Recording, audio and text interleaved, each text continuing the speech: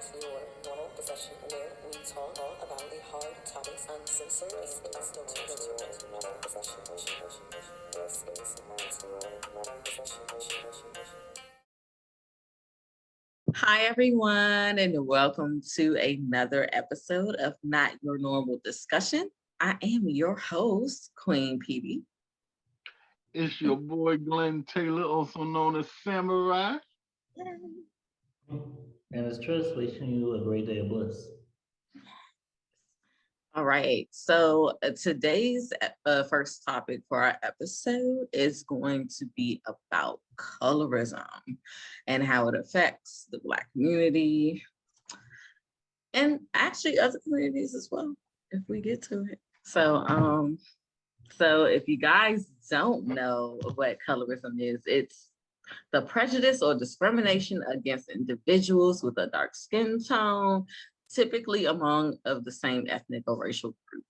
So that I will say was like ingrained in us, like back in slavery time when the darker skinned slaves had to work outside in the sun, and the lighter skinned slaves, usually the children of the master, worked inside of the house. So they were basically house niggas.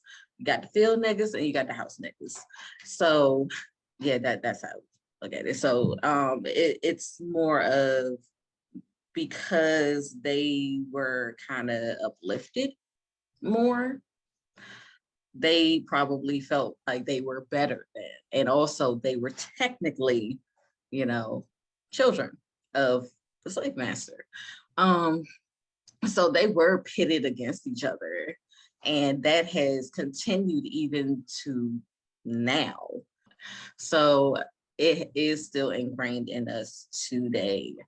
So an example of it being today in our future now is Giselle Bryant and Robin Dixon and their podcast and what they said about James Harden and his beard. Yeah. They said that his beard is disgusting, that it looks like he has fried chicken and watermelon and a Colt 45, blunt ashes, and what else? Fried chicken grease? Jeez. Yeah, not just fried chicken, but fried chicken grease as well. And they have been called out about being colorists. And before, and I caught on to that like first season, that something wasn't right with those two. And it sucks because like they're here in the DMV and that makes us bad. But and also Giselle Bryant should know better because her daddy was with Martin Luther King Jr. and was a civil rights activist. So this is like a big no-no for her. But yeah, what they said about him, oh, can you even see him in his beard? Like that is just so, it's really kind of racist, even though, yeah, they are Black, but it's just like, that was very colorist of y'all to say that this dark-skinned man has watermelon and fried chicken and blunt ashes and blunts and Colt 45s in his beard. Well, I was going to say that, remember, colorism is a subset of racism. Like, it serves systemic racism and white supremacy. Yeah, it does. And it's really embarrassing, to see such prominent people do that. But does it surprise me? No, because she is an AKA, Giselle Bryant is, and they used to do the paper bag test. So that don't surprise me. Ooh, do you want to talk about the paper bag test were? Oh, so if you were darker than the paper bag, you could not enter a sorority. If you were the paper bag color or lighter, oh, you were in. Like that wasn't an issue of, oh, you're, But you know what? There's something that is being disputed. Like people are saying that light-skinned people cannot have like colorist actions towards them. And yes, they can. Yes, they can. There is such a thing as reverse Hold on. I'm gonna tell you from my experience, yes, because I've had reverse colorism geared towards me. I have, like, my thing is this, I'm Black. Regardless of what I'm mixed with, I am Black at the end of the day. When people look at me, I'm a Black woman. But when any time I've ever been called white, it was never from someone who was my complexion or lighter. It was always from somebody that was darker than me. And I didn't do nothing to you. I've been called white roach, white bitch, white girl, white. So it's like, it is reversed, like in that way. Instead of saying, oh, you're an African booty scratcher, you're saying you're a white woman. Yeah, but it's not exactly colorism. It's more like, it's more akin to like It's- when Black kids are dissing the white kid in school. Okay, but It's I'm not more- white. But So I'm not you white. say it's prejudice that you went through, but Okay, also but is colorism not prejudice? Is it Yeah, not prejudice? but it's Okay, not so the same thing as it's still a colorism. prejudice. It's different. It's still a prejudice. Yeah, Instead of but just, just because you can use of a anything. privilege that they're aware of that you might not be aware of. I understand of my privilege. That's one thing I do understand, but Yeah. I don't use my privilege in order to like gain some type of like head over like my darker skin counterparts. Oh, yeah, but you But my just issue naturally is have that, privilege because of society we live in. okay, but my issue is that instead of saying, oh, there's no way that light-skinned people can have colorist actions towards them, yes, they can. And I'm telling you, that is colorist.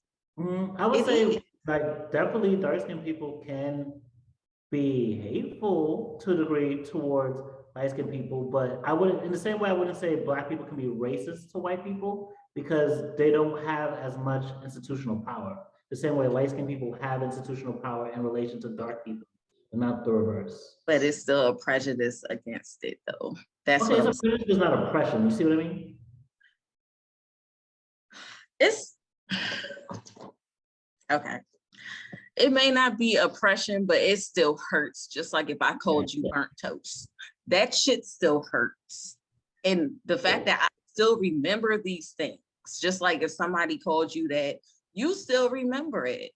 Mhm. It still hurts because you're still using my color, my skin color, as a way to hurt me, as a way to be prejudiced towards me, if you understand what I mean.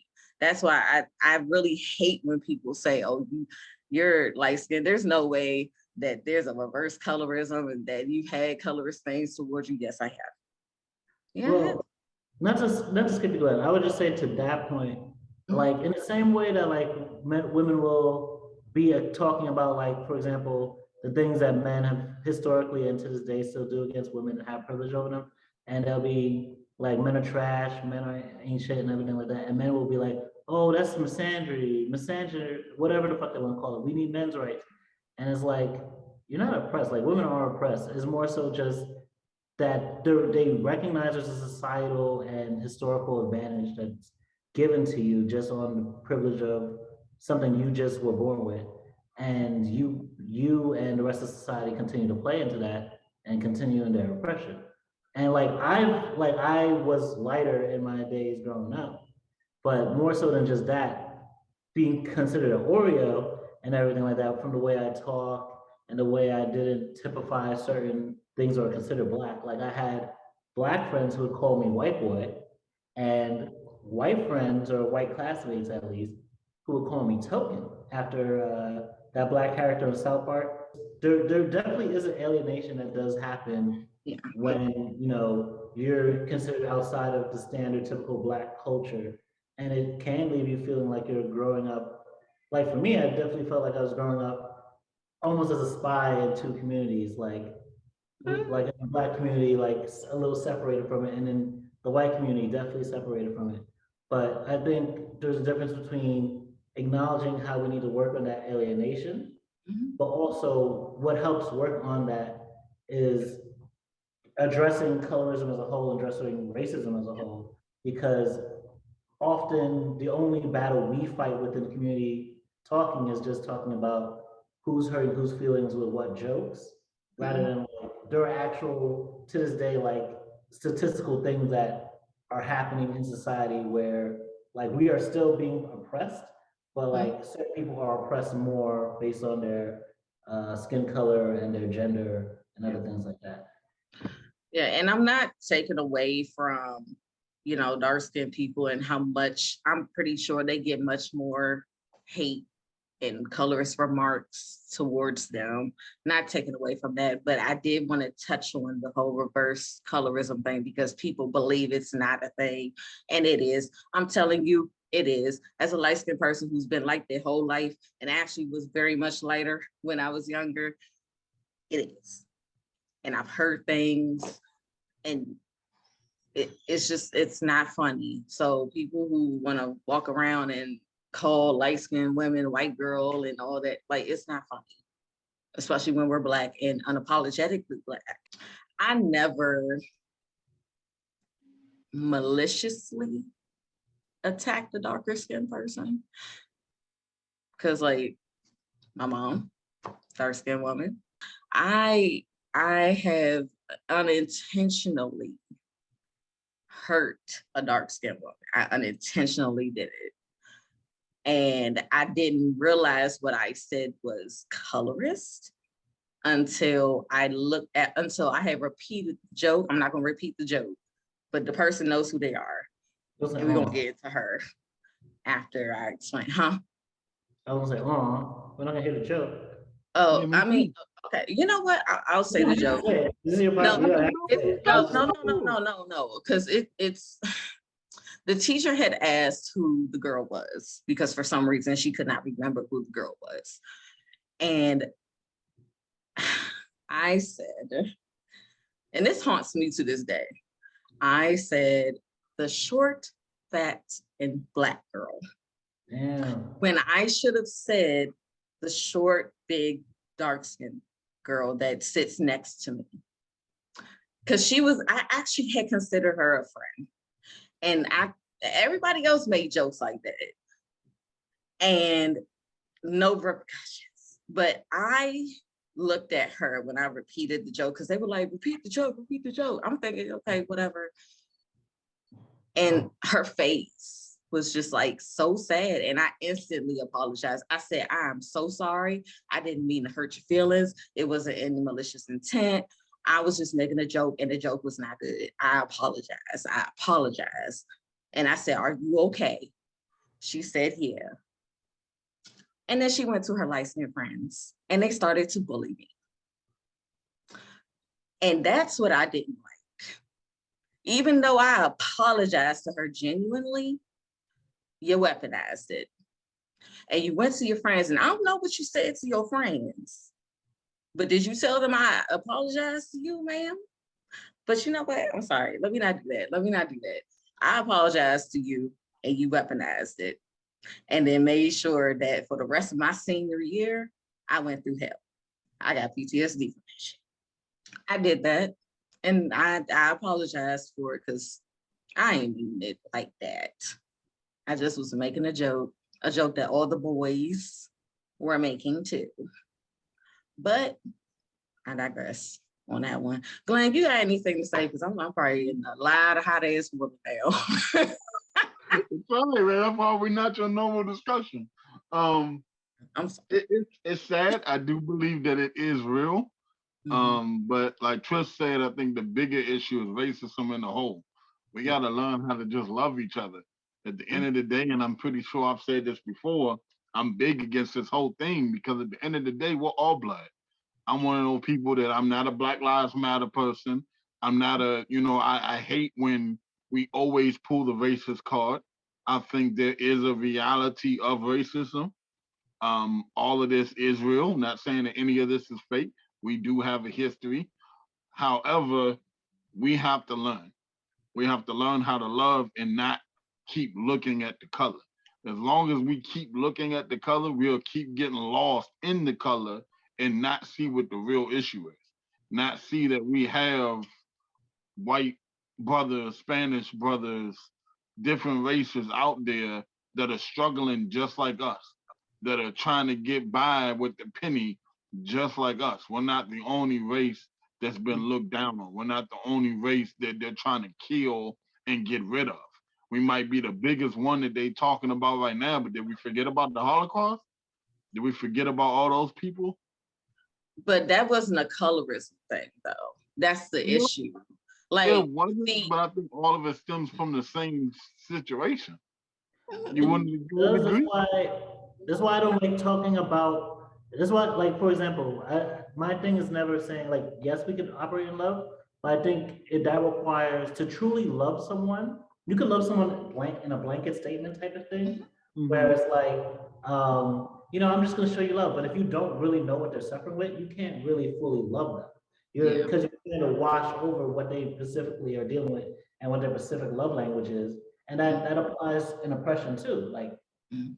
the same way that you would show love or show like equal, because a lot of this isn't just about feelings. A lot of it is also about access to opportunities. Like I got a couple of things I was gonna talk Go about. ahead. Like for example, it says that like studies have shown that dark-skinned men and women are stereotyped to be seen as bad and inferior intelligence, which trickles down to cops stopping them and harassing them more often than they do with light-skinned people.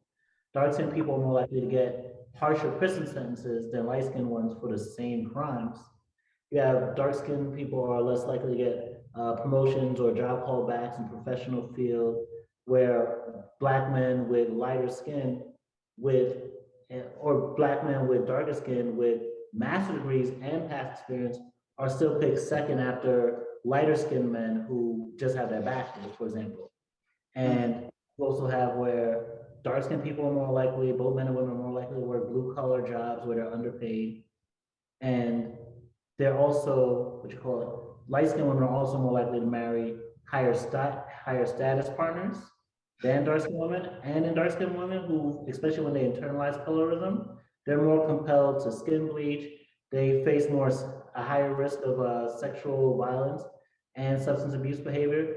So like, and then even with children, you have it where studies have shown that teachers who are both black and white have a higher preference or like a bias in favor of light skinned children, while darker skinned children are more likely to be suspended. So like, and these are just trickle downs from back in the time where like, for example, because of masters' children who are lighter skinned, but because they were still slaves, they can actually inherit property. They still put out certain ways legally for them to still get a higher advantage. So it's a matter of if white supremacy is what's put up here and anti-blackness is what's pushed down to the bottom of the darker skin, there's tiers to everything. So a darker skinned man versus a dark skinned woman, how they're both oppressed is still different, but they're still even more depressed or oppressed than lighter skinned men, lighter skinned women versus like, and then with like where we're talking about anti-Semitism with Holocaust, they have higher advantages than black people, but at the same time, they still weren't considered white enough to avoid certain discrimination and oppression, especially in places like Europe, and then even in America in our history and everything like that. So if we're gonna properly, like, it's important to in order to properly love each other, it's important to first check our privileges. It's important to learn how to have these conversations in a critical way with each other, and then talk about what are the things that are going to actually like start moving us in a place. Like I remember a video that I attached to one of these videos. I think when we were talking about critical race theory, calling about the theory of racelessness and recognizing that race is a creation of racism by people who wanted to oppress us. And so if we can learn things like that, like not just like critical race theory, but also in connection with theory of racelessness, we can start talking about how do we, I won't say go beyond race, but recognize that race was created to squash ethnicity and squash everything down to skin color and to like ways to label people so that we can still appreciate our race and still love our race and still love one another, but actually get people equal opportunity, equal access to opportunity, because that's what's been held back for so many people for so many years. And I agree on that one because like, yeah, especially when you mentioned like lighter skinned women can get higher status people. You see that in the rapping. Yeah. And in Hollywood, period. You see how they'll grab themselves somebody who is literally white adjacent or exotic looking. And, I always said that when I have a child, I was going to have a little chocolate girl. I just wanted, that. And I think that where the colorism can be like squashed is when we're raising our children up and we have like, the darker skinned children. We need to speak love into them. Like tell them that they are beautiful. Tell them that their hair is not nappy. Their hair is beautiful. One thing my mom always taught me was that everybody's hair is good hair. There's no such thing as good hair. Everybody's hair, no matter what type it is good. It's beautiful. Because my mom has 4C hair. I don't. And,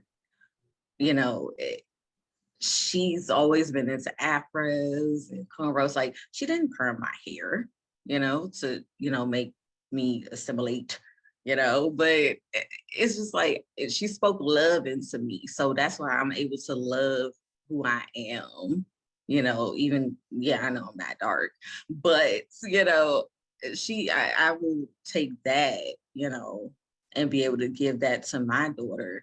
If she is darker or lighter, it doesn't matter. She or he, let's say I have a son, he gonna have love spoken to him too, because especially our boys need that the most, because I see a lot of them that are on a path that's not good. I see them in the comments talking shit, and it's just like, oh no, it won't be my child. Yeah, But yeah, that's the root of all of this, is that these parents are saying these horrible things about their skin and telling them the hair is nappy and all this. Like it's ridiculous. Stop it. I'm glad to see that there are shows and books coming out about loving your skin and about loving your hair, because we need that so that we can get out of this loop of the colorism, because that is what's happening. We're in a loop because we've been in it so long. All right, well, let's take a break.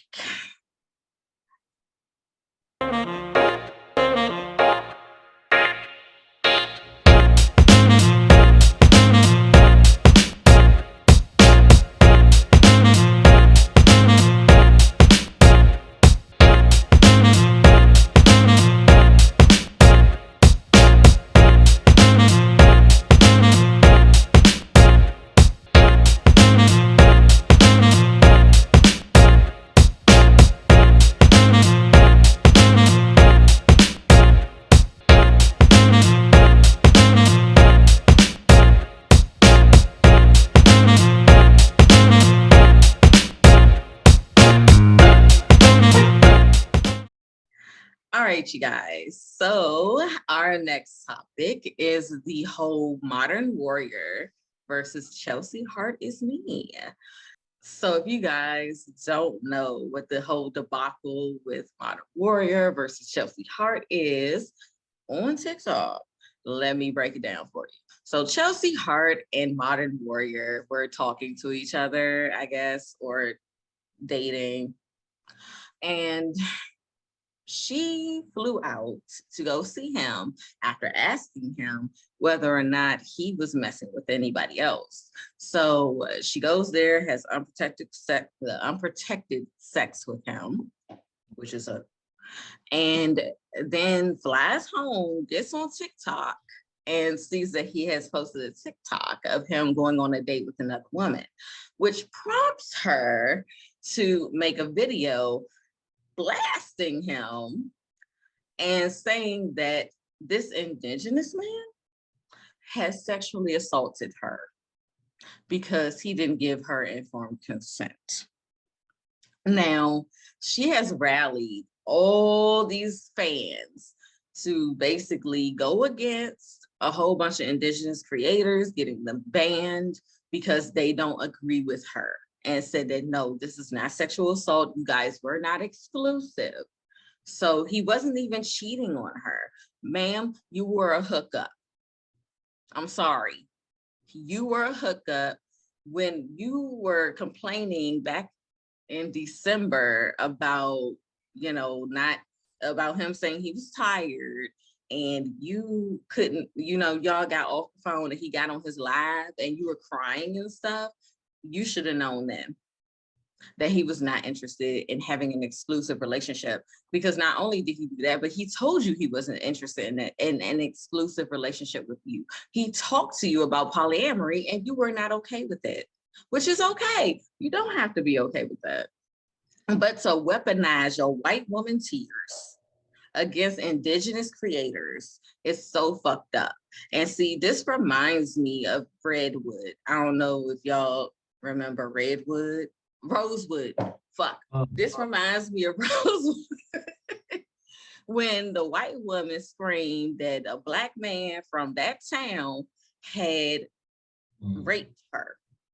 And they went into that town and they killed those people and burnt their homes down. This is the modern version of that shit. Nobody has gotten killed yet. Hopefully not.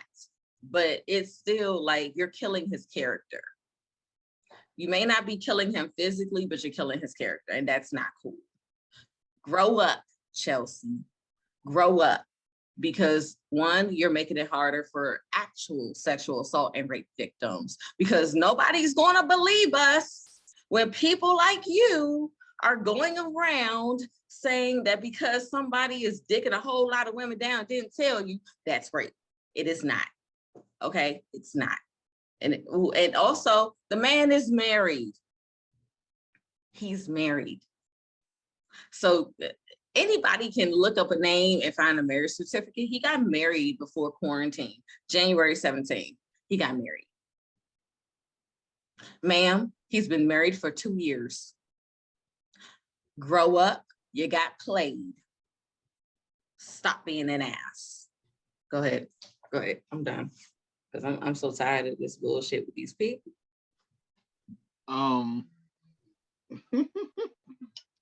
You pretty much said it. I mean, she got played. I mean, but I think the funny thing is she played herself.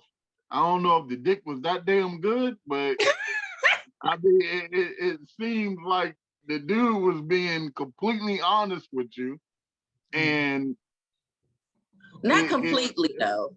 Let's not say completely. Yeah, you're right. He told her what she needed to know. Yeah. He said he was poly. I mean, off the bat, if he said, I mean, my thing too is, as a man, I don't need to spell everything out for you. If off the bat I said I'm poly, that should tell you everything you need to know. So if the next minute you see me on Twitter with another girl, I told you I was poly. I mean, what else more do you need?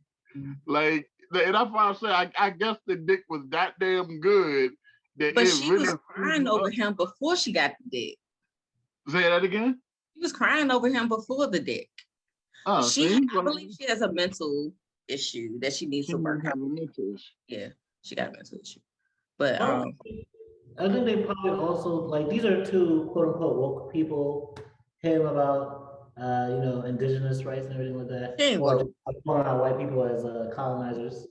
She ain't woke. Because I screenshotted a tweet where she's saying niggas. Oh, well, man, white.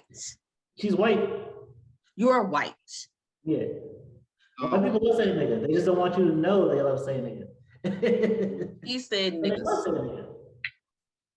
That's why white people always complain, what you mean I can't? So if I had cancer and I had a month to live and I asked to make a wish foundation, if I could say nigga in my last month of life, you mean I still can't say nigga? That's no. White people. That's how they are. But no, I'm gonna let you finish, Glenn, before I go ahead. I mean, yeah, you can go ahead. I mean, I'm gonna tag on what you say, but yeah, how much more honest can you? I feel like he was honest. Maybe he didn't spell out every specific detail, but to say he's poly is enough for me. Like, I mean, go ahead. On her end, like, I don't know what about him was the thing, because supposedly he was messing with her like 5 other women. So I don't know what about him is just got, like, he probably got that gift of gab, and plus also, he's someone who already provokes white people online with calling them colonizers. So who knows if they wanted to be the one to reach out and be like, but am I a good white? One of those type of white people. Because it's one interesting that like the guy was always like the colonizers, which I mean, I'm not against that. I'm with you, I'm with Shuri. Like white people be colonizers, but if you're gonna call them out that, you might not be one of the ones who are creating more white babies, or at least half white babies. But on her end, like there's discernment that needs to be had on both ends. Like he's not just my warrior. He has a whole name, Lance. He's a whole, like, if you really looked into him and the way he carries himself, you would have probably been able to discern more about how he moves and would have been able to avoid the situation. On the other end with him, listen, I already know we're gonna get between this and the next topic, we're gonna get into a bunch of conversations about cheating. But if you're out here cheating, if you're out here creeping with multiple women, I know making cream pies, I know all that. It's the creme de la creme, right? It's literally toast and goats. But if you do not know the ovulation schedule, then maybe your baby matter shouldn't be squirt in at any push period in time. Oh, he has a vasectomy, so he's not creating babies. He has a vasectomy, then, which is why he's bugging. get her now.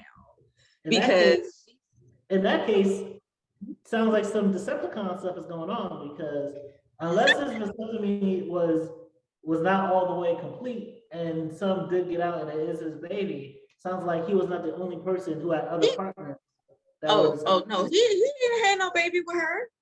Yeah, so it sounds like that makes it even. See, I didn't know that part. That makes it even worse, because if she's out here saying you were fucking me with uninformed consent, and that's rape, you are also fucking him with uninformed consent. And is it just not rape just because you can't plant seed inside of his gonads? Is that what the difference is? No, she's just bitter and mad because he got on TikTok and it showed that he was on a date with another woman, because she got on her Instagram and basically went off and said, oh, this is sexual assault and all that. She deleted that, by the way. So I don't even have that, but she did have a video saying, I want to apologize for my post. I made it and said some things out of rage. So you knew what you were doing. You knew you were saying this stuff out of anger because you wanted to hurt him or get him hurt. Like, people are crazy. You don't know if people will find that man and hurt him because you have claimed sexual assault. You're weaponizing your whiteness. And you go back in history and you see so many things. Even the even the Tulsa race riot, that happened too. The woman claimed sexual assault and got the whole city burnt down, all them people in a mass grave over a woman who lied. The man tripped and fell. That's what happened. And she lied and got all these. Stop it. White women, period. But specifically, y'all, stop weaponizing sexual assault against people of color, because y'all been doing it for years and y'all been getting Black men hung. You've been getting them shot. You've been getting them locked up because of shit like this. And it's just so fucking annoying. Like, get over yourselves. Y'all are not the end all be all. You're not. The man played you. He dicked you down, sent you home, and played you. And now you're running around saying, I may be pregnant with his baby. And he's like, bitch, I had a vasectomy. Ain't no babies. Like, man, and then she's trying to like use an abortion, which she tried to claim as a miscarriage. That's very unacceptable, ma'am. I've had 2 miscarriages, hunty. And that leaves a horrible taste in women who have suffered that. Like an abortion, yes, can be mourned. But when it's not in your control, that's so much deeper, you know? Like you weaponizing that too. You don't know what, like, I swear to God, she bugs me. She bugs the fuck out of me. And then she got twitchy, twitchy witchy, what's her name? She got her band, and I like her little twitch too. I love her.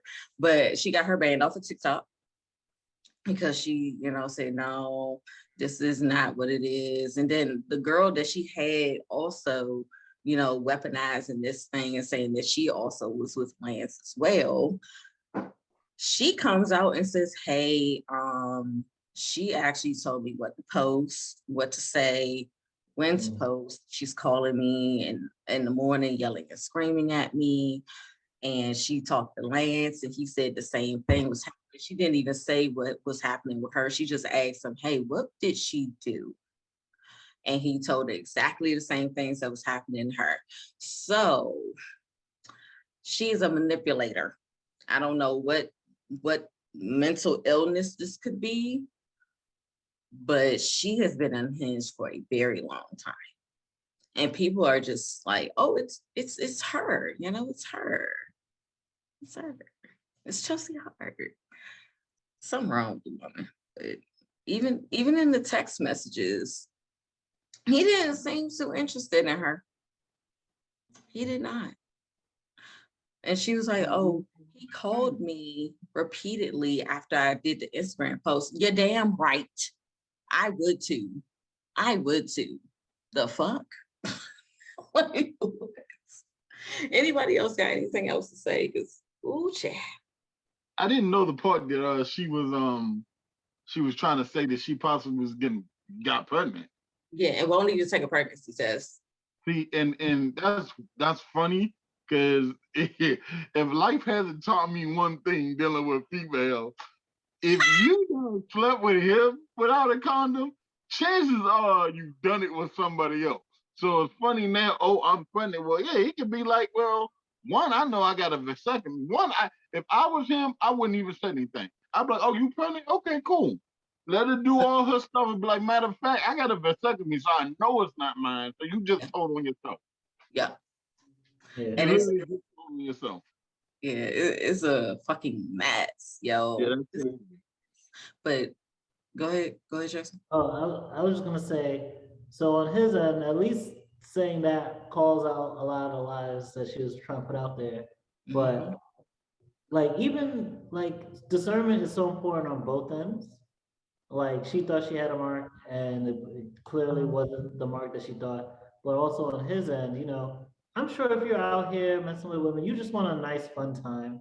Whether you're cheating on a spouse or you're just free to do whatever you want. Like, I'm sure, you don't want this type of drama. And you, even me, when I was in an open relationship, just because I had the freedom to mess with certain types of people doesn't mean it was just to rush and mess with certain type of people. And that's where a lot of guys get themselves in trouble, because just because you're able to doesn't mean you should. Yeah. And just because they're offering and they're ready to go doesn't mean it's going to work out in the end as something that wasn't a headache. And you just got to really look out for, you got to give people enough time to show their ass so you can see the red flags and whether they're because we all have red flags, but it's a matter of is this tolerable, or could this be even worse, escalated in a different situation? And the thing is, she was already showing her ass before she even went there. And I was talking to our editor about it, and he said, this is why my brother always told me, don't stick your dick in crazy. Yeah. Because this is what happens, y'all, when you stick your dick in crazy. They go on TikTok and blast you and have people death threatening you. Neo-Nazis, by the way, I forgot to mention that. Neo-Nazis are putting out rumors about him saying that he was sleeping with a 16-year-old, which is not true. Chelsea Hart actually did put out that is not true. Please stop saying that. But yeah, ma'am, you're crazy. Crazy. Like, you're crazy. And this is, and Modern Warrior, you're fucked up. See, this is why you don't stick your dick in crazy, sir.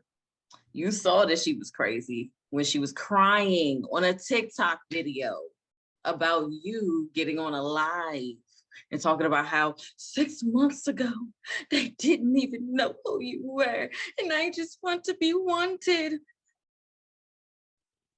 Ma'am, he don't want you. He just wanted to stick his wink wink in you. And he managed to do it.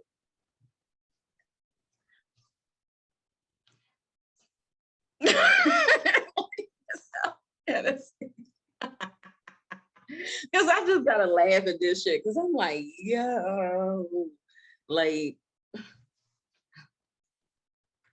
whew. I mean, I've been depressed over actual breakups, but never over somebody I was never exclusive with. Like,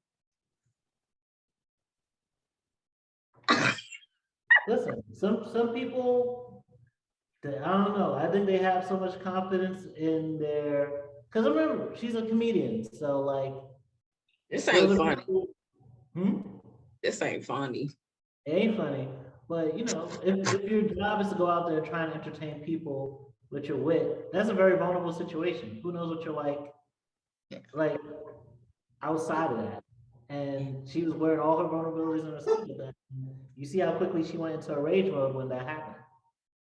So, I mean, I was going to say that this is a lesson Chris Brown probably needs to start learning, and all the different rappers who are caught up in situations where like, oh yes, I've proven myself that like I didn't do anything, but this keeps happening to you.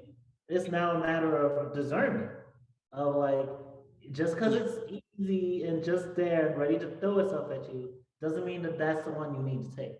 Yeah. And now he has like, I was just like, man, all this could have been avoided with him just seeing the red flags of this woman.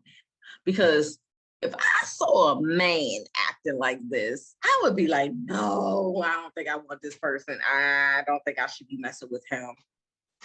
But sometimes the coochie wins all, I guess. The want for the coochie.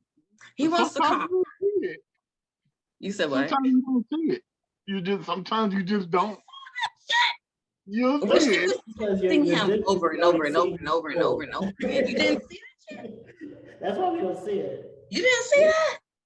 Sir, you saw it. And then you have to suffer for the consequences of your dumbass actions, of you thinking with this brain instead of this one. Because that's what this really, you gotta work together. You gotta start thinking with this one instead of the little one in your pants. Stop. Get it together, Modern Warrior, because your ass is wrong. You should have known better. Don't be out here sticking your wink wink and cuckoo birds and then being surprised when shit like this happens to you. You can't. I have sympathy for her, accusing you of sexual assault, but sir, I don't have sympathy for your situation too much. For her being crazy on you. You knew. But y'all, let's take a break because I think we have touched on this enough. All right.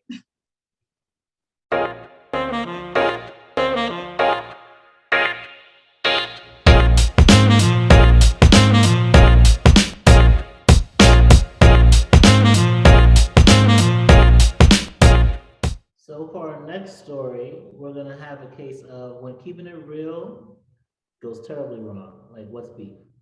So down in Newport News, Virginia, we have Tashara Jackson, who was just convicted basically for kind of almost being the mastermind of a shooting that took out the husband of someone she was beefing with for a long time.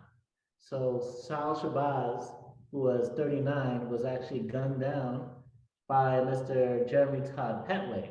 But what happened there goes way back to Tashara Jackson beefing with this chick. Shabazz's wife, Jackie Shabazz, over things like Jackie actually cheating on her husband with somebody who's basically the partner of one of Tashara's friends. And so that beef continued to them slashing each other's tires. Like Jackie ended up slashing Tashara's tires while she was in the nail salon. And then that followed up with her spray painting the SUV in front of the family house, the Shabazz family house, slashing the tires, putting some in the gas tank. And so they was heated. So they found that she was about to be at a party. So Jackie and Sal, they rush over there, and Sal is holding people back with a taser, keeping people back as his wife is beating up Tashara. And so Tashara don't play that shit. So she got Jeremy Petway, and later that night, Jackie had the good sense to take their 4 kids that they had together and go to a motel. But Sal was drunk. He probably had to be drunk to be in that state to think it was okay to have a taser out there so his wife can go beat up somebody that night versus, I don't know, catch them later when they're alone. Who knows? But Tashara shows up with Jeremy at the house. They knock. Jackie's actually on the phone with her husband at the time that he opens the door and he gets shot. And the police had all kinds of information on him. They had the satellites tracking him. They saw the text messages where basically she was like, I like how you didn't hesitate, basically. And he's like, I'm the protector. And she's like, Bonnie and Clyde forever. And her lawyers try to argue, oh, she helped in the aftermath, but she wasn't really a part of the planning. And see what that is? We're Bonnie and Clyde, but you're gonna throw me under the bus for the trial. Okay, I see. But this is a whole situation that could have been avoided if 1, there was people wasn't cheating. 2, people was cheating responsibly. You know, if you're gonna cheat responsibly. 3, dude just get gassed up by like the situation coming and asking this girl, hey, why would someone come slash our tires and spray paint our van? Why did this happen? And it's a bunch of escalating shit that didn't need to escalate, that could have just ended with very simple decisions, or just, would it be better to sue or bring violence? But what do y'all think? I think this situation is the most idiotic shit that I have ever seen and heard.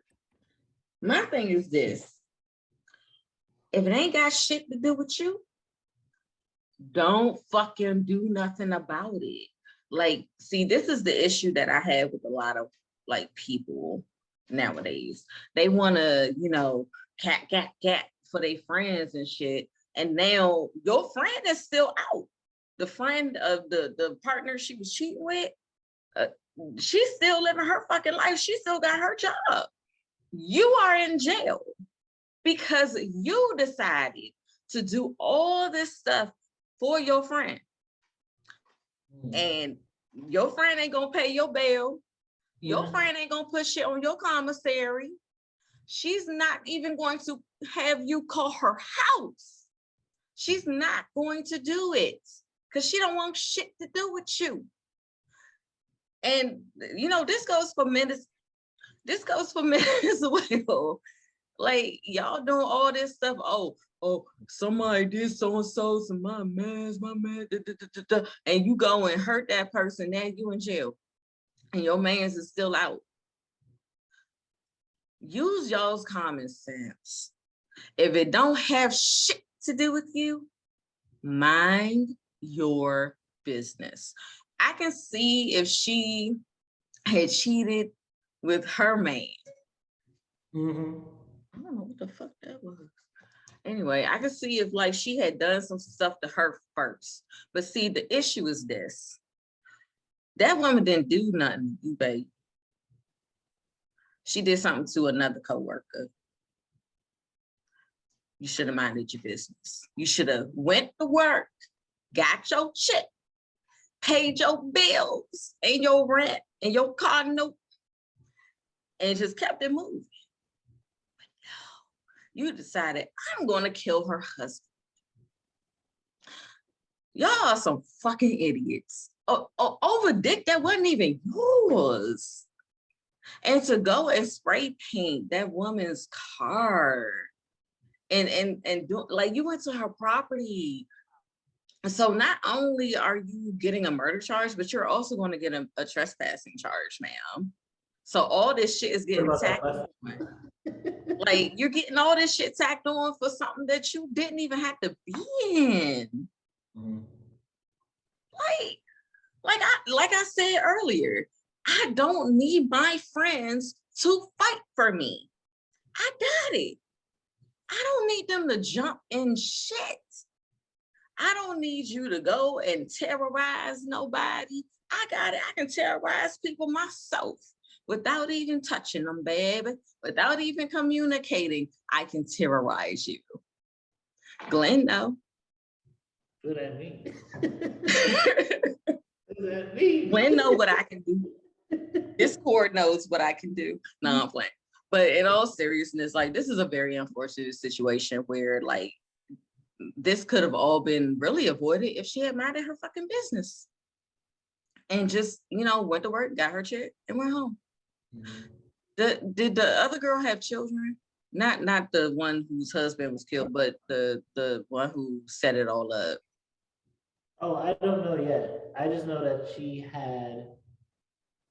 it seemed like she had a romantic relationship with the shooter for the way things are, but I haven't seen any of I can probably bet that she probably has kids that will never be able to see her ass again. You are an idiot. A fucking idiot. I don't understand people who do this kind of stuff. Like, maybe I was just taught to mind my fucking business. They ain't got shit. If they ain't push me, I ain't doing shit to them. The fuck I need to do that? Why did you do that? I just want to know why. And now you also got your man locked up. And he may have children that might not ever see him again. Bonnie and Clyde forever. You sound so fucking stupid. Bonnie and Clyde dead. They got shot up. Stupid. They're shot. Like, they only killed one person. Like, Bonnie and Clyde had a spree. Yeah. Like, you're so fucking dumb. She's only like, let's see. I think they killed like somebody in the bank or something. That's why they got shot or something like that. But yeah, y'all so fucking stupid. I'm sorry, y'all. I just it's like people brains don't work. Fucking idiot. But yeah, I'm sorry, Glenn. Go ahead, Glenn. Go ahead. Finish this off. Yeah, I mean, it's ridiculous. I can't say on my end because I got some friends that we gonna ride. I got some brothers that if shit go down with them, I don't give a fuck. I'm grabbing the pistol too, and we going in this together. That's just the friendship. So I definitely understand that, but at the same time, this shit is stupid. You can't. You gotta be careful messing with people's feelings, because then stupid shit like this happens. I mean, that's what I gotta say about it. It's retarded. It is. And this is another reason why I say don't stick your dick in crazy. See, her boyfriend stuck dick in crazy, and her crazy ass and got him locked up and herself. Don't stick your penis in crazy, guys. I haven't been able to find if she had kids yet, but it is like on Sal Shabaz's and Jeremy Petway's part, guys gotta stop letting their ego get to them. Like what you were saying, Glenn, I understand, like, because I've had, like I said, there was a subway situation when I was 18 where I jumped in front of my friend where someone's gonna pull a gun on him. And I had the other situation where it's different, but that's what I'm saying. Saving your friends. Yeah. They fighting over penis. Yeah. And like if someone's rallying you to go to do something and your life or freedom can be on the line, you should at the very least know and understand what it is your life is on the line for. But you know what? I could also understand why he actually rolled up, because that's his property. If you can come to my house and do this, what else can you do? Like, and he was probably thinking of, what if my kids were here? you know, and his kids had to see the car spray painted and everything. But So remember, I can understand that anger. It was more of a fit, a fit of anger. And he's just like, nah, we're gonna get her. This gonna end tonight. That's probably where his mindset was. But think about how, because remember, she went and got a motel and put their kids in it. So Yeah, he should have been there. Actions was going to bring back some energy. And it's like you went to a party with people and you was keeping the people at bay with a taser so your wife would be ass. So like, even if you're drunk, somewhere in your mind, you have to realize this is not gonna be the end of this. Yeah. And think about it, he was the one who was cheated on. He don't even know he was cheated on. But as far as we know, he left this world not even knowing. All of this goes back to his wife cheating on him and mixed feelings over that from the friend and the party and everything like that. But so he's out here to defend his girl's honor while she's dishonoring him, riding some peen. And so he's dying over this. He died over this. And at the flip side for Tashara, like you said, like all these fights are not your fights to fight. And it would have been so like, yo, from the time she slashed your tires, get the police involved. Have that bitch, sue that bitch. Have that bitch locked up for that. Cause her to lose her job. Like, that would have been the end of this situation. Yeah. Instead of you now being in prison, your man's, he's gonna be retried and end up in prison and a whole nigga dead. And the one person who's free is the one you wanted to take out in the first place. So if y'all gonna cheat, I understand cheating with a coworker because they're right there. They're the person you're gonna develop emotional intimacy with. But cheat responsibly. Please. Don't say anything crazy. Don't ride no dick of crazy. And then when you see beef and drama escalating, stop and ask yourself, is this really how I want my life story to end? Is this what I want my life itself to be over? Do I want to blink and look at God and be like, you know, you dumb. Like, why are you here? All the things that could have killed you in 2020 and in 2022, all the things that could have killed you, this is what killed you. So, but you know what? I'll say this and then we'll go to break. I kind of hope that his wife has some guilt. I hope you feel really guilty about this because you should have just kept your coochie tight for your man. Should have kept it. Close that coochie. Women, close your coochies. But I was gonna say, or at least use Tinder outside of your state. What are you doing cheating with a coworker's relative? Like, you're dumb. They're going to notice that y'all have weird energy together. They're gonna notice that y'all probably been fucking. They're like, they're all smiling, they're all cuddled, they're all hugged up. They're gonna, especially if you're cheating with a man who's with a woman, those niggas are just obvious. They're gonna find out. So because it was another coworkers, like it was two coworkers that were going together, plus her cheating with that coworker too. So it's a bunch of wild place of wild shit. Like that ooh child. But yeah, let's take a break, y'all. Let's take a break. All right.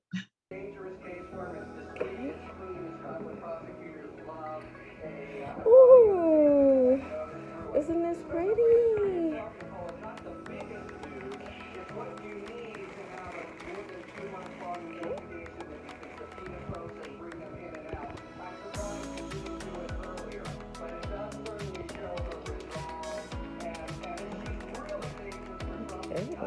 I guess they put rocks in there.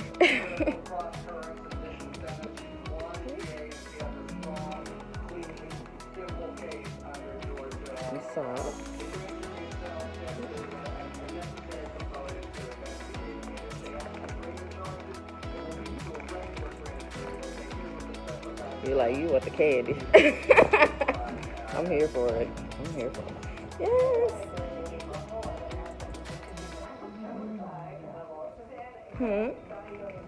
Oh, that they have in here.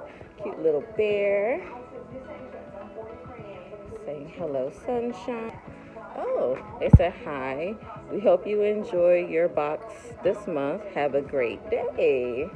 Yay! Your favorite lotion too. You want to open it? It's a little mesh one.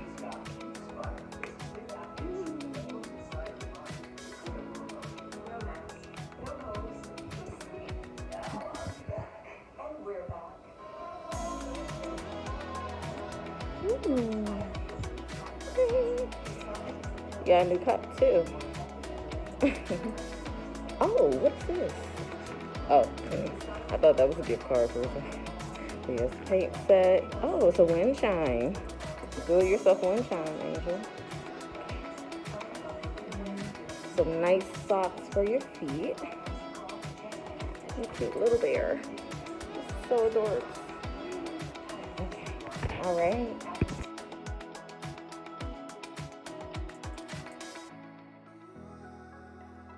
Yes, and it's your Glenn. Our next topic today is the Truckers for Freedom had their whole plan to come to DC and shut down 495, all for the vaccine. Trying to, I don't know. I'm really clueless with how they thought that this idea was going to work. You get in my way while I'm going to work, I know what I'm going to do. It is going to be a whole different issue. But yeah, I mean, I am on one end. I'm with them. I'm 100% with them. I think the vaccine mandate that we don't have in DC, just to clear up, but I think the vaccine mandate and all that stuff, I think it's bullshit. You should let people have their freedoms in a state where you say that we're free, which we all know we're not. But yeah, so I'm with you on that end. I don't think how a convoy or truck shutting down the Beltway was going to help anything. When I first heard about this, I was like, what? Because you know how it started in Canada and all this, and it was funny about the Canadian one because Trudeau had to go ahead and put the emergency what was it called? Tryst, the emergency, huh? I just saw it being listed as the Emergency Act. Okay, the Emergency Act because they were blocking the border for United States and Canada. That is why he did that. It wasn't because he was letting them go ahead and protest, but my dog just groaned. She's tired of bag. She's tired of. But I just wanted to know what their end game was. Like you said, what was backing up the Beltway when 495 is always fucking backed up. So that's just a regular fucking day for DMV. You ain't did shit. Like all you did was irritate DC, Maryland, and Virginia residents, and we don't like that. And what I believe I heard was that a lot of the motorists from here were basically getting on them. Yeah, they were getting on them. We don't play about our traffic. Like we don't like traffic. So if you backing us up even more, sirs and ma'ams, y'all just being an irritant. You didn't do anything. You didn't change anything because there was nothing to change here. Now, when they first came or was supposed to come, it was when like last week or something like that, and they were supposed to have a welcoming rally where all the truckers were supposed to be there, but it was only like 4 or 5 people there at the thing, and they weren't even truckers. They were just people. And I was just like, what is happening? Like, because they were trying to, interrupt the State of the Union and all that stuff. And I'm like, y'all are just some petty boots. Petty boots. Like, we didn't even do that shit when Trump was doing his State of the Unions. Wasn't nobody trying to, stop his State of the Union and all that stuff over some vaccine mandates. He fucked up the whole US. He fucked it up. But did you see us going and stopping his speeches? Nope.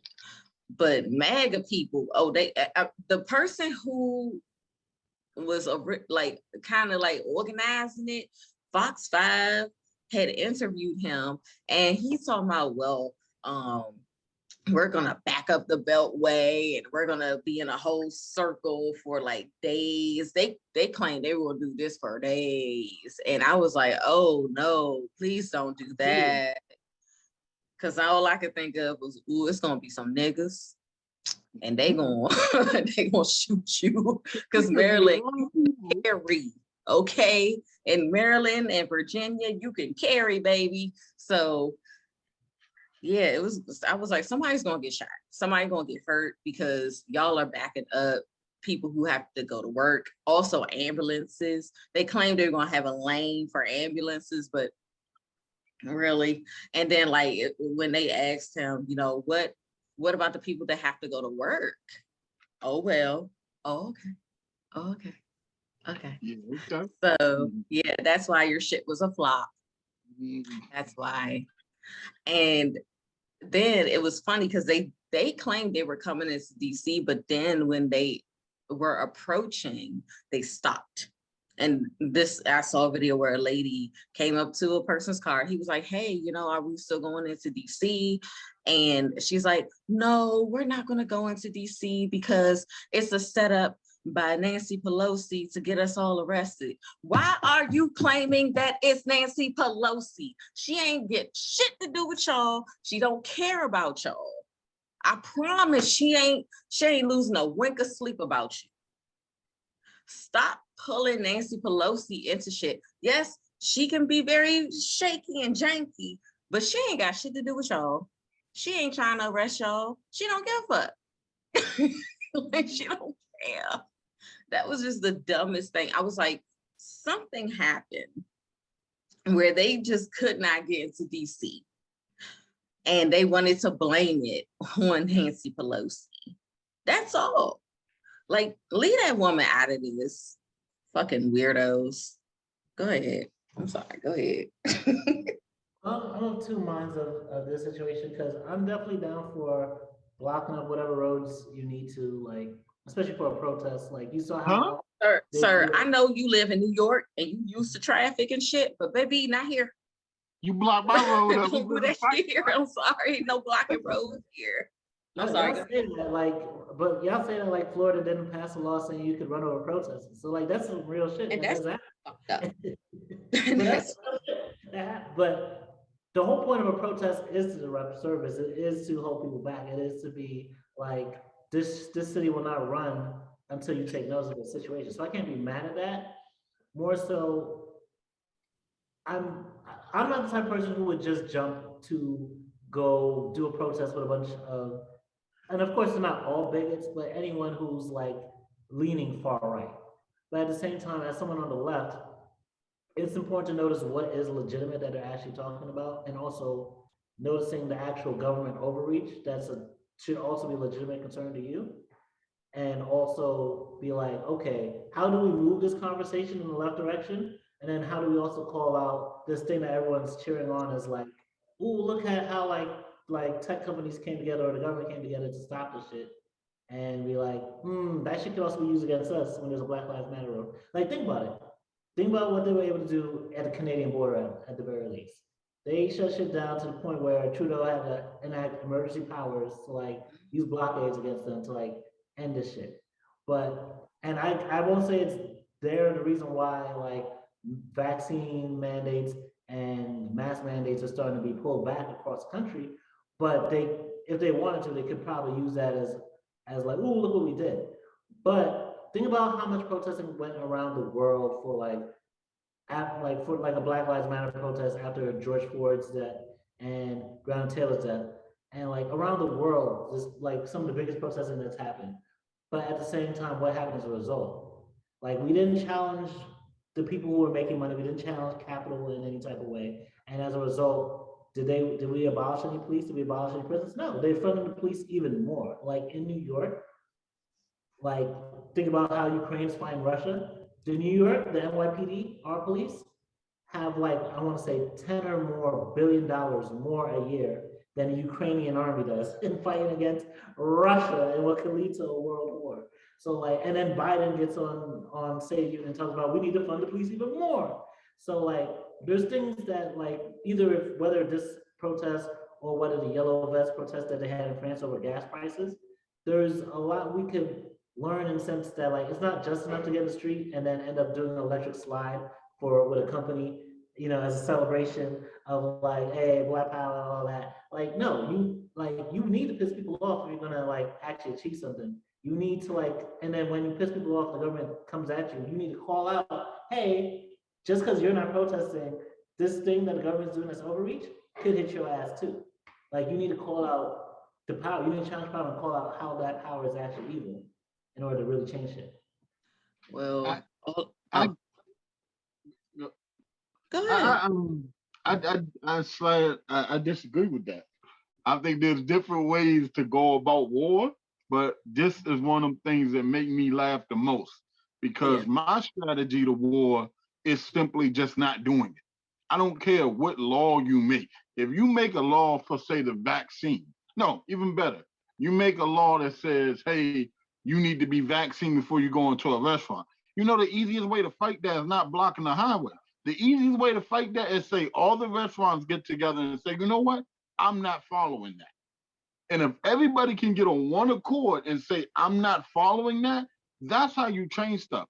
We changed as a people, as Black people, we changed being able to sit anywhere on the bus because we as a whole, not one, not two, not three, we as a whole was able to say together, we are going to not do this.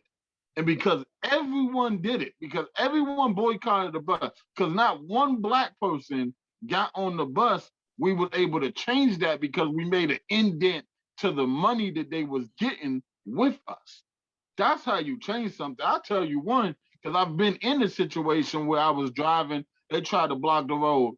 Lady came up to my window, I looked straight, I was like, either you're gonna move or you're going to die. Because I got somewhere to get and I'm not stopping this car. Boy, like, hey, you messing with you're really messing with the wrong one. And you can see the ones that they knew they were fucking with, they moved out the way. And that you talking about you running over protesters. I said it. Don't delete it. I said it. You need to live in Florida, man. But at least, but see, this is the thing though. At get least out of my way. Didn't just, at least you gave a warning.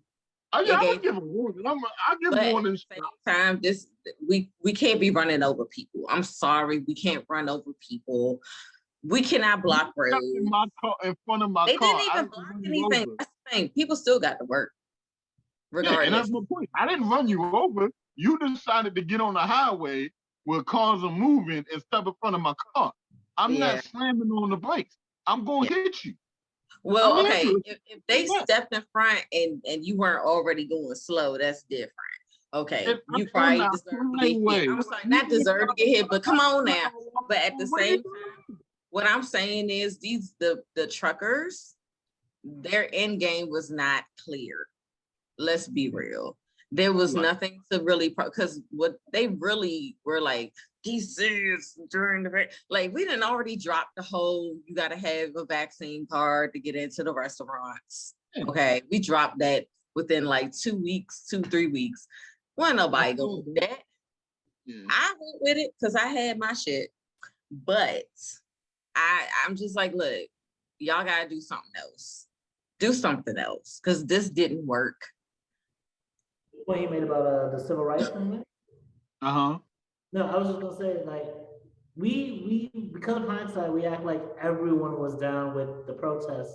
Back in the day, it wasn't. Back in the day, it was just the collective of people who felt radicalized enough to put their lives on the line.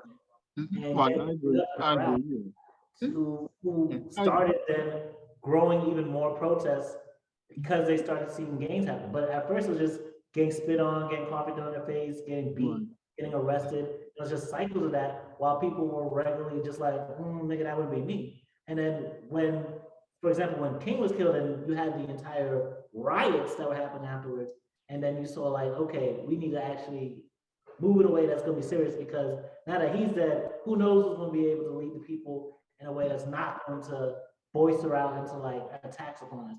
So like, there does need to be some threat of either stopping business or even the other threat of like, you can only hold a revolution from being what you call it? What they say, revolution is the language of the unspoken or the unheard, where like at some point you keep oppressing people, people are going to reach up and punch the system. And you do need that to like make change. But like you were saying, Queen Pedii, the truckers in this case, especially for the DC one, it wasn't exactly clear what they were trying to get accomplished. Yeah. And I will agree with you with the whole, not everybody was, for it, because my daddy, he was a Black Panther. And when I believe what I was told was that when, his parents found out that's what he was doing while he was supposed to be, in college and everything, doing footballs, shit, stuff, they were not happy. They were not happy with that at all. So yes, you're right. There were some people that just were like, no. Yeah, they knew it was fucked up shit going on, but no. It was like, don't put yourself in that situation. But my daddy put himself in that situation. He fought, honey, fought. And I agree with that, but I would like to say too, the whole point of what I was saying too is overall, you can only have power if you allow people to have power. Look at the dollar. The dollar is a piece of paper. We give it power because we give it value. So no matter what the situation is, if you get enough people to say, no, I'm not going to do this law, I'm not going to do that, it's not going to happen. The mandates are coming off, and I had predicted this in the beginning. I don't know if you can remember in the show, but I've been predicted it. Some of these mandates are coming off because it's not realistic. You're not going to get every business to tell their people that they're making money from, don't come in unless you have the vaccine. The numbers are fake. It's a lot more of us out there that are fighting than the ones who have actually got the vaccine, and that's why it's turning around. If there was really that many people that had the vaccine, I don't know about that. Let's not say that. No, the numbers are not fake. Wait, which numbers are fake? The numbers of the people actually in the vaccine? That they're trying to come up with how many people have gotten the vaccine. That is not fake. Let's cut it out. Cut it out. We're not doing that. Look. Okay, yeah, just to speak to that, like, I do think at least most people, I think they said like 85% have had at least one dose. I think like at this point, people are done getting fucking doses, especially as shit's pulling back anyway, especially after the Omicron wave.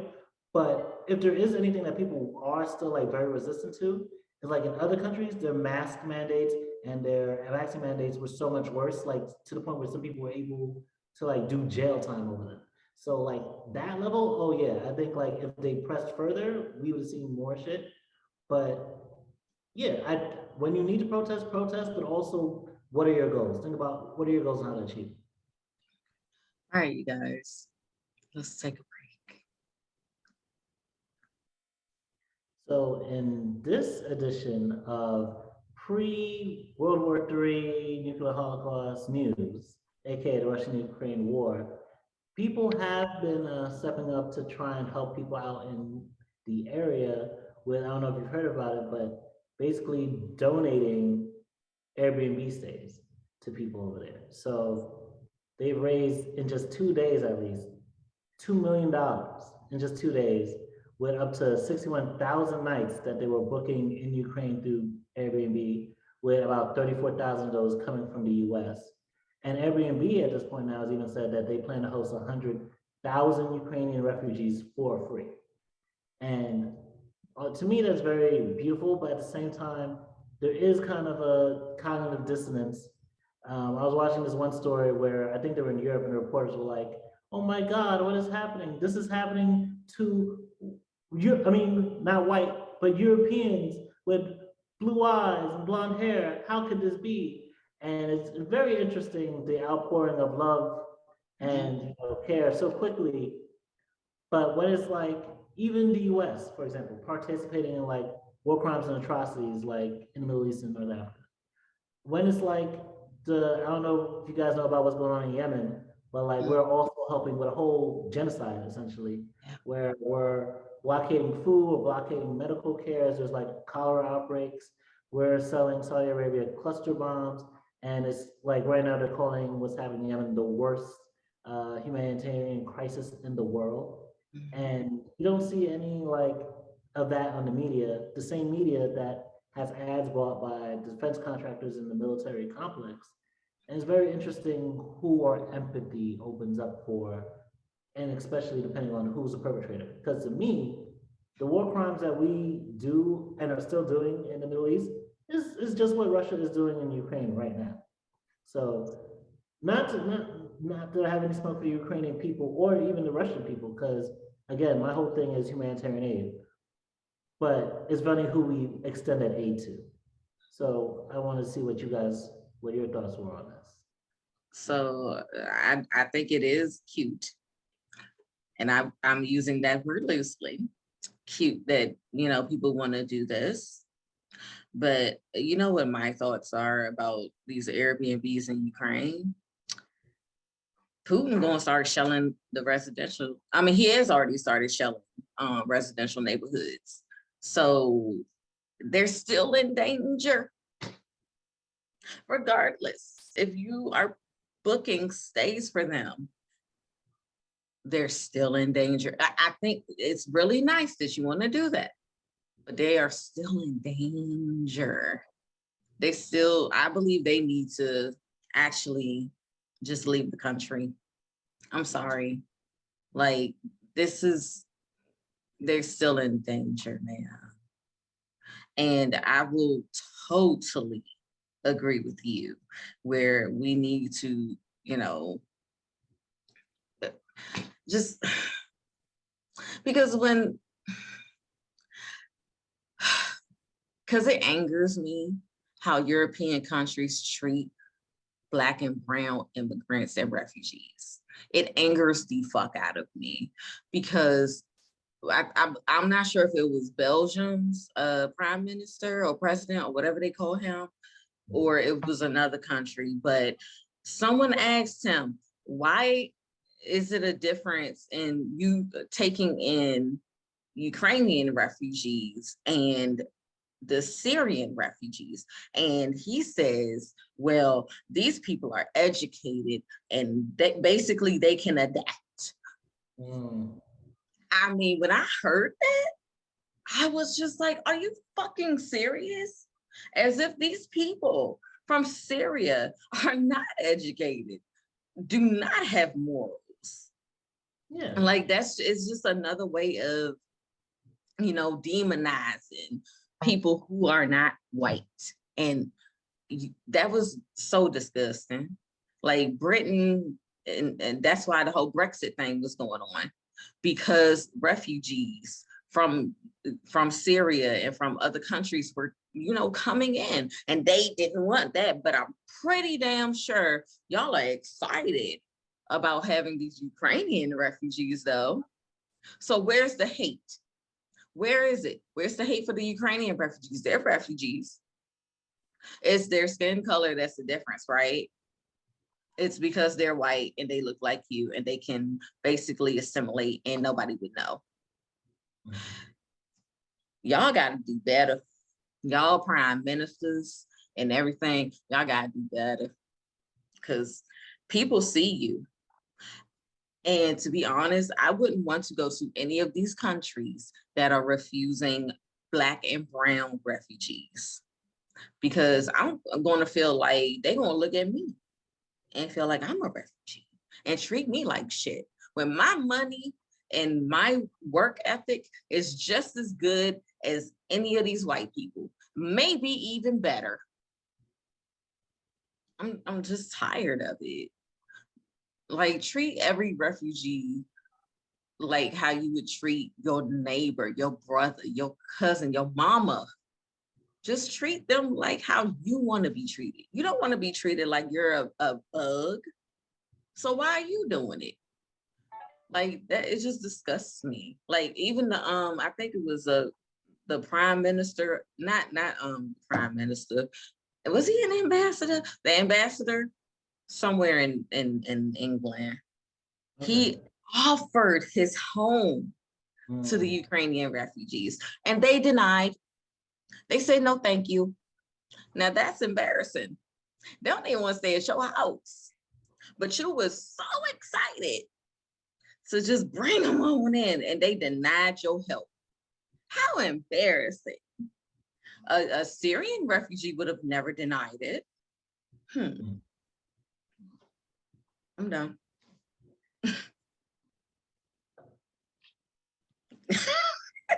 I was just gonna add real quick to what you said at the end, like what you're bringing up is definitely giving. Remember when Donald Trump Jr. was like, "Well, if you have a poisonous M&M refugee in the bowl full of M&M refugees, and you eat from that, you're gonna die. So that's why we can't have immigrant refugees over here." And it's very much like what you said about how they're like, oh, they're more civilized, so it'll be easier for them to assimilate and they'll be able to have great work. And it's like, Mhm. you know what like Libya and what Iraq looked like before we bombed it to fucking hell? Like, It was beautiful. yeah, like you might not know because you had no interest in those countries until they were demonized as terrorist nations or whatever. But like just because it's full of brown people and they have different type of leadership than what you're aware of, doesn't mean that they're any less civilized. And especially considering how a lot of these European nations, again, this is a wealth distribution problem, but a lot of these European nations they're also happy to take refugees from are also fucking poor as well. Like you don't have any problem taking in those people as long as they're like feel the pressure of what white supremacy to like assimilate. But they're like, these all these Negroes here, I don't like that. They make me feel scared. Like we form these white nations just to keep them out. Mhm. Like, and it's like imagine if these donations that were happening for Airbnbs was happening like Poland or something like that, where and you could like put on it. Like I would love to do an Airbnb stay and be like, hey, I want a black Ukrainian person or someone who was studying abroad in Ukraine who was black and like was forced off of a train. I want them staying here Yeah, to make sure they take care. I'm sure they wouldn't allow you to be that specific. I wish And they it's would. also interesting. Airbnb could just waive the fees for 100,000 refugees for free, but like they have a whole racism issue even in the states. It's very interesting. But go ahead, Glenn. War, You said war is not pretty. War is not pretty. It's a lot of stuff that I wish can be done and we could do. Honestly, if I had a big mansion, I'll tell them all to come over here and take care of all of them. You know what I'm saying? The end of the day is there is people who have enough money to help. Unfortunately, that is not their concern. They'll rather have their nice cars, have their nice buildings, have their yacht sit there barely in. And I'm no I'm not downing the work that they've done to have those things, but that's why war is ugly. Um, I can't say much, but it's tough seeing and watching this. Personally, that's why I kind of stay away from the news. It's depressing. You know what I'm saying? You got families and all of that, and it's crazy. So if buying the Airbnb is what's helping some of them, you know what I'm saying? We got to do what we can. well, let me say this. When it comes to Syrian refugees, I've done fundraisers for them already. Like I have done challenges, like where like I had to literally eat like them. And it really does open your eyes to war and how people are affected. Like I just wish that we had the same like rah rah for them and for these Black countries that are in war as well, African countries that are in war, like Tigray. Like, I wish that we had that same rah rah like we have for Ukraine, because Biden only talked about Tigray one time, and he actually what's the word? He said it was bad, it was wrong, but Ethiopia don't give a fuck about what Biden said. But it seems like we're putting more like oomph into Ukraine. I understand that they want to get into NATO, but if we're gonna help one, we gotta help all at this point. You want to help one, help them all. Do something for all. Do it for everyone and not just a particular group. That's it.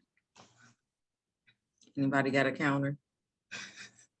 Not a counter. I was just something I'd seen, I think yesterday or today online. It was this quote basically saying, especially to what you're saying, Glenn, about not watching the news. Is a thing where it said, if you look to the world, you'll be distressed. If you look within, you'll be depressed. But if you look at God, you'll be at rest.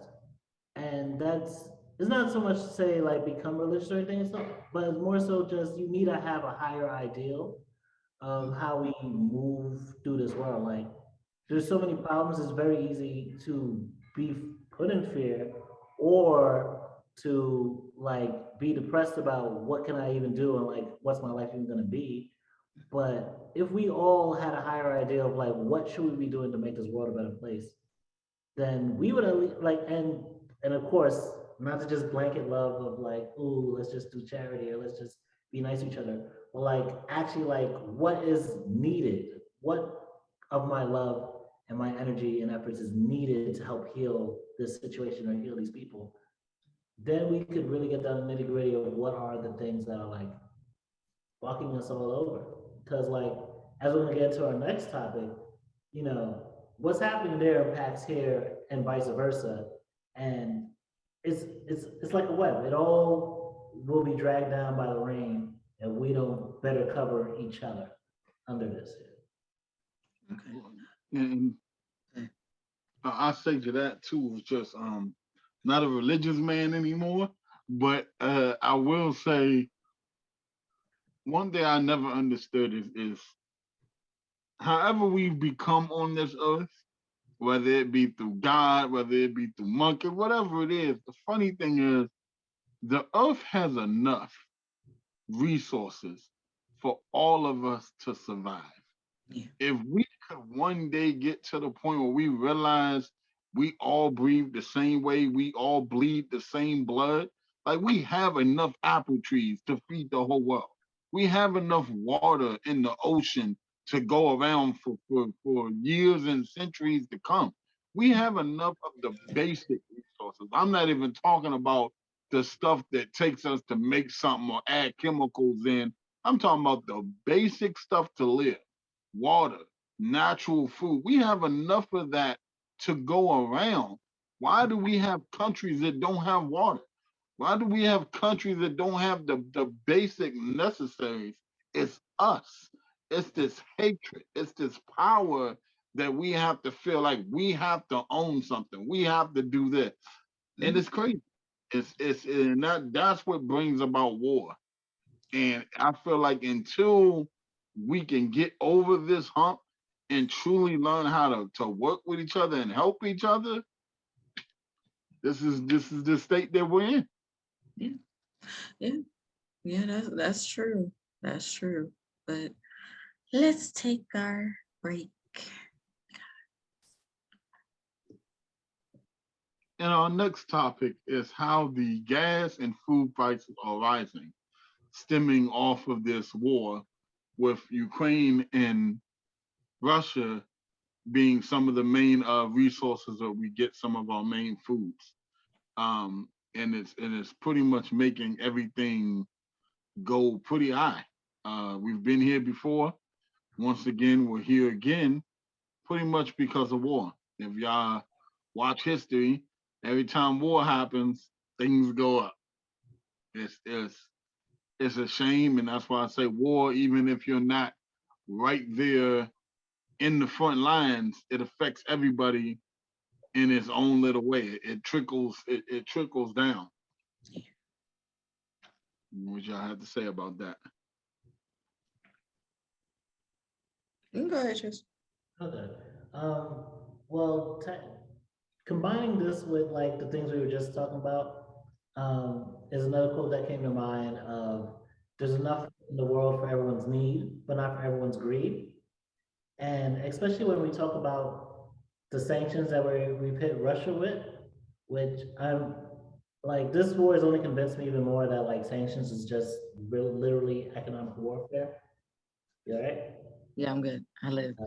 But like, there are people who are like pouring out their Russian vodka right now. There's like the Russian tea room in New York that's like losing business, even though it's not even owned by Russians. Like, I think not Ukraine, I think it's the Czech Republic or another country that said if you say anything nice about Moscow or China right now, that what you call it, you're considered an enemy of the state. Like this xenophobic energy of just like like, oh, there's no neutral Russians, you should rise up and take out your leader. Like it's very crazy. It's very counterproductive. And like for like I've seen a lot of Americans who are like, we should do something about Russia, but we don't want to be there. We don't want our troops to be there. It's very much like, let's not repeat Iraq all over again, especially when you're talking about nuclear war, even though like different news stations are pushing like, hey, yeah, maybe we shouldn't invade her. Maybe someone should go and kill Putin. It's like, listen, Putin's time is short. Putin's time is coming, but do we really want to regime change like fucking Russia in this? Well, they've been trying to get a regime change, and he keep fucking poisoning the fucking opposition. He do. You said what? In the same way that we had the common sense to know, at least before Trump, we had the common sense to know you can't just regime change fucking North Korea. Like whatever happens to the rest of the world, South Korea is going to fucking die in that exchange. We, for some reason, I guess because of 4 years of Russiagate, have forgotten that like, hey, you just can't fucking go eliminate motherfucking leaders of countries, especially with news. We've gotten so used to just going to countries and just like, we don't like you, get out. We have our new person in here. Like we've been so used to that. We're just like, why would we do that to Russia? It's like, so you want the glass to blow up. You want all that. You want nuclear holocaust. And it's funny, like I remember you was bringing up that you know, we've had, you know, inflations like this before, but there's one quote I've heard that explains, I think it was Matt Solar who said it. He said, Americans don't handle pain well. And there are nations that are used to sanctions. There are nations that are used to not having what they want. We're a country where if we can't get our Pacific brand of coffee, we're fucking pissed. If we can't get our water in a certain type of water bottle, we're fucking pissed. Well, between climate change and war and how that shit is going to escalate food and gas prices, we are going to be happy with the next 1 to 2 decades that's coming, because there's going to be a lot of fucking shit we're not ready to have to pay more for or just have to go without. But let me not take too long with this. I'll let you go, Queen Pedii. Ooh, shady. It's like, no, I'm playing. Okay, so I mean, all I see is a repeat, you know, of 2004 and how gas price, because like I come from the generation where I actually remember gas being 99 cents and my dad filling his tank with $20. I remember that. And then all of a sudden, you know, yeah, like that's how I grew up, and seeing such a drastic change, and I'm seeing gas prices at $7.65. I'm like, whoa, that's a per gallon, not per drop, you know, like it's really unfortunate that we have to suffer, and it's not just we, but you know, other countries as well. And the whole thing of, you know, Americans can't, you know, take pain. That's true. Because look at how people acted when Facebook went down, especially people in America. Remember that shit? Last year? We were going, well, I wasn't, because I still had Twitter. But Facebook and Instagram went down. People was losing their fucking minds. They were like, ah! And I'm like, oh, well, let me just go on Twitter. Like, we can't just generalize every American, because a lot of Americans don't really give a fuck. They don't care. But when it comes to filling up their gas tank or feeding their family, and a thing of oxtails is 72 goddamn dollars, okay, when it used to be 20, that's hurting us, because people are already having a hard time with the minimum wage being the way it is, trying to feed their family and pay their bills and keep a roof over their head. And now you're taking more away by making people pay so much for gas per gallon, and then also taking away remote work. Now you got the gas going up and food going up, but now you want to take away remote work and make it so that people have to pay for gas. Nobody is going to go into the office. They'll quit before they have to pay $7 over a span of 3 months. I promise you, they will not be working anymore, and they will find something else. Like, I'm afraid of what's going to happen with DoorDash and Uber Eats and Uber, Lyft. That stuff is going to skyrocket, and people really aren't going to be able to get to work. So let's not take away remote, work, because these people are going to suffer. Americans are going to suffer if they have to pay high gas and high food with $15 a goddamn hour. And you can't even, and you got to have roommates in order to, it's just so much. It's so much with this economy that tires and exhausts me.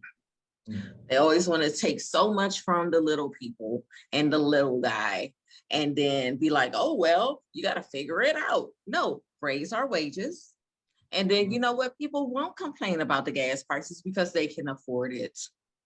Like, people are going to start using those damn scooters. And you're going to have a lot of people falling off of scooters and shit and having injuries because it'll probably be cheaper to do that instead of, driving to work. It's just so freaking sad because they're not thinking of us. They aren't. Like, it's unfortunate. It's so and that's why yeah. I try not to complain. And my reasoning is we are very, very fortunate as Americans. And like Chris said, like you said already, Queen said, we're babies over here. We ain't got to worry about going outside and a bus getting blown up, or if we're going to even make it to our office before getting blown up by IDD or some bomb on the ground, or running into the middle of bullets. So really, when it comes to some of this stuff, I honestly just deal with it. The truth of the matter is, like Queen said, they don't care about us. I can tell you, being a DoorDash driver, they don't care about us. And with these prices going up, what's going to happen is you're not going to have DoorDash anymore because the drivers are going to be like, hell no.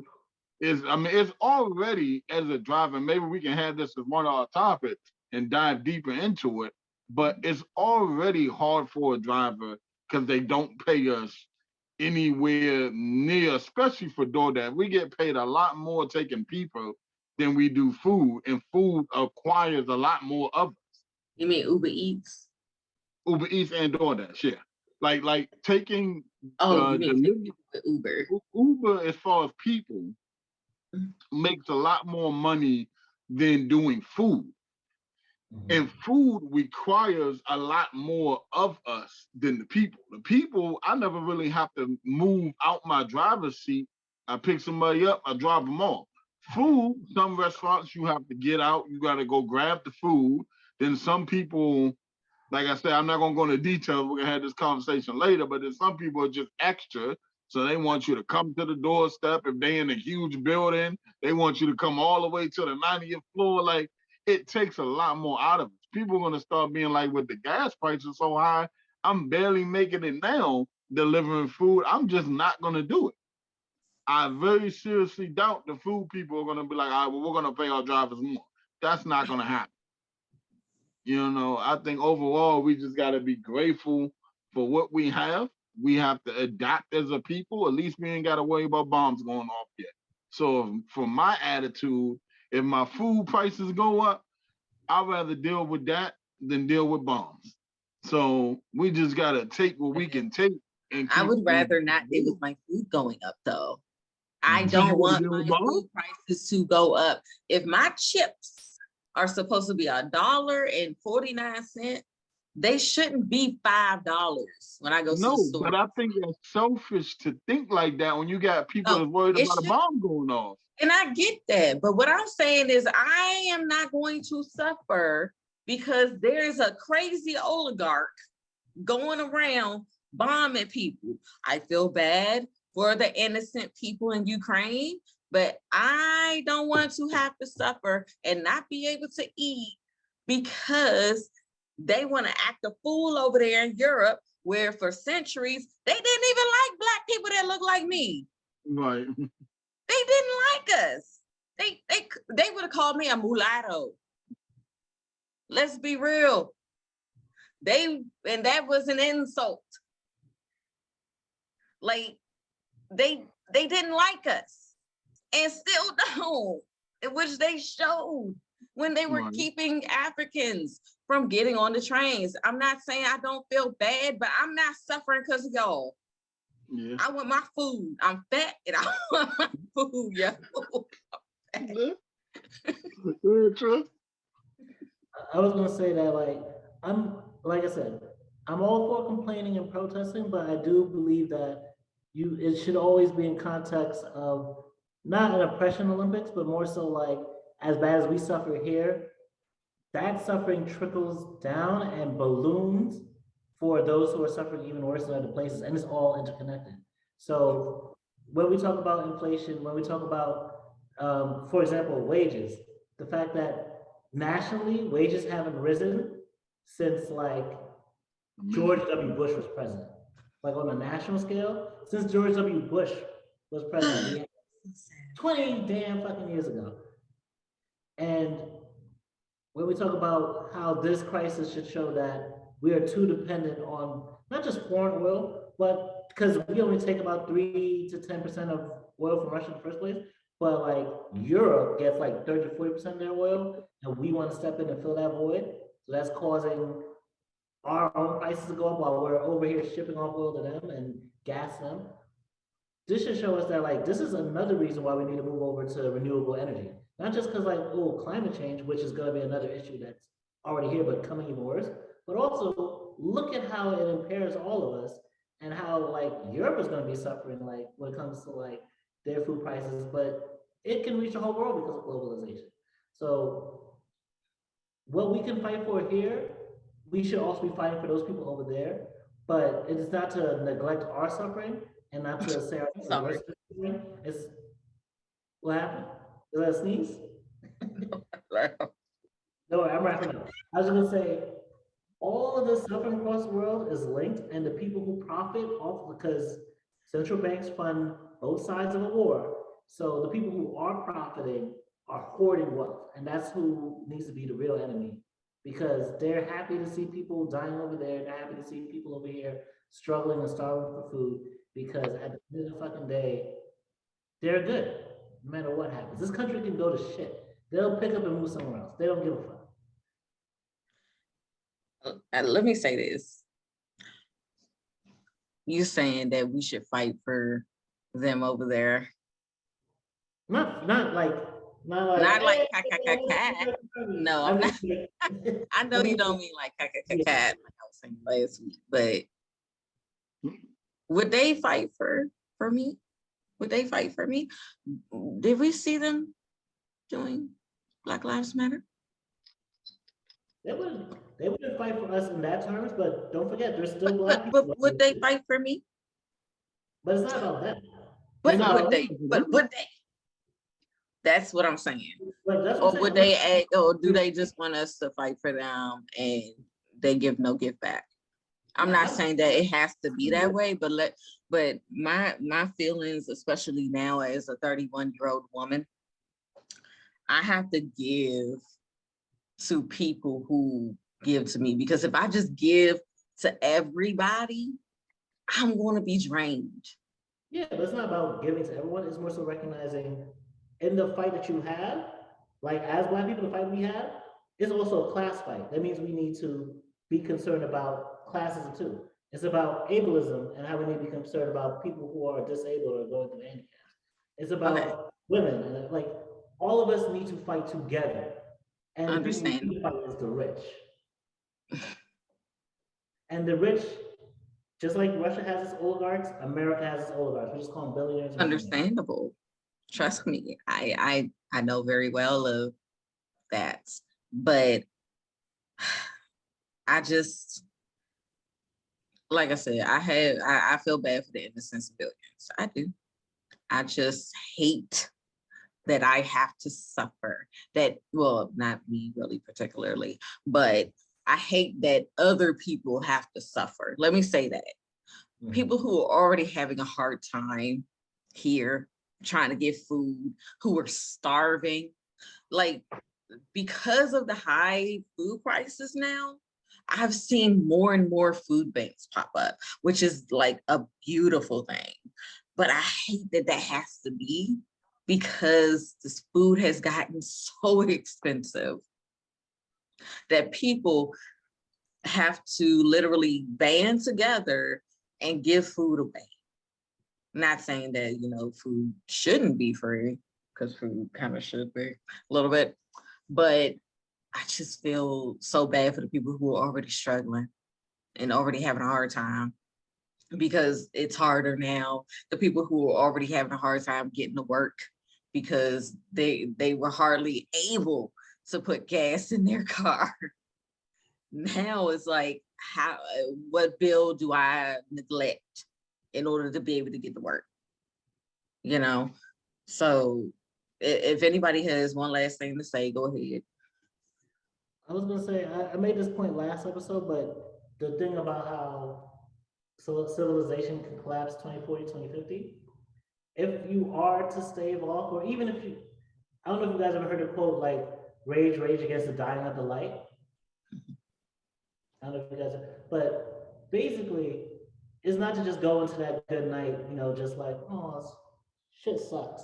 Like, this is what is the beginnings of a world collapsing, of the pillars of everything crumbling, and people snatching what they can before it collapses. And we need to rage against that. And when I say like we need to fight, it's not just like fuck, not saying fuck any Russians or fuck any Ukrainians or fuck white people or fuck Europeans, but recognizing where we do have solidarity. Like, there's class issues, there's racial issues, there's gender and sex and orientation issues, and there are ways that we can fight against our collective governments and our collective systems to try and improve life for all of us, so that even if the shit does collapse, even if it all does end, we at least rage against dying in the light, and we did what we could to defend ourselves, basically, instead of just throwing our hands up and being slaughtered anyway. All right, y'all. Let's take our last break.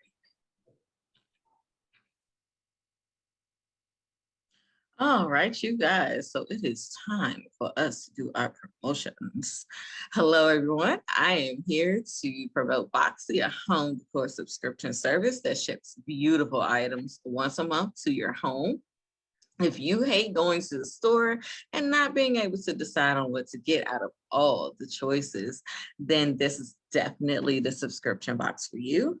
Use my code 10OFF Queen Pedii. That's also linked below in the description box to get $10 off of your first box. Next, I want to promote my book, A Puppy Journey, Renpet's World. It's about my emotional support animal and how she saw the world through her eyes.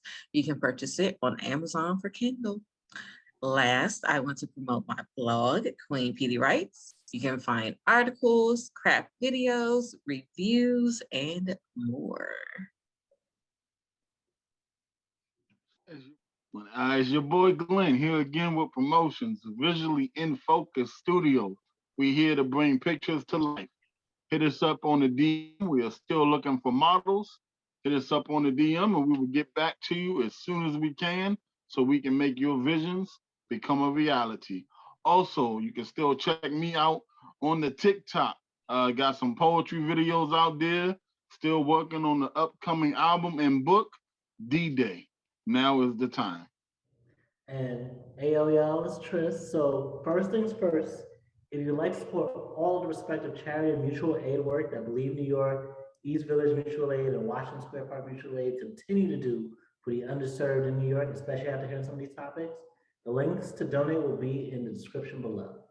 And today I'd like to be a little bit more specifically plugging the March Goods Deeds giveaway plus community party that's coming up this Saturday, March 12th from 12 to 4 p.m. And it'll be at the historic First Church at 221 Kingston Avenue, Brooklyn, New York, and that's a zip code 11213, where there'll be free clothes, shoes, housewares, fresh food, a DJ, basketball being played, and so much more.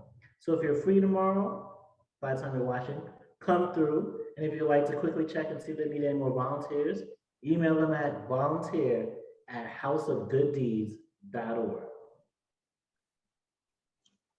All right. Well, we thank all of you guys for watching our episodes, chatting with us live, subscribing, and, just all around supporting us. We appreciate you guys and we love you guys. And we will see you guys in our season finale next week. Yay! Peace. See ya. This is not your normal discussion where we talk all about the hard topics uncensored. This is not your normal discussion. This is not your normal discussion.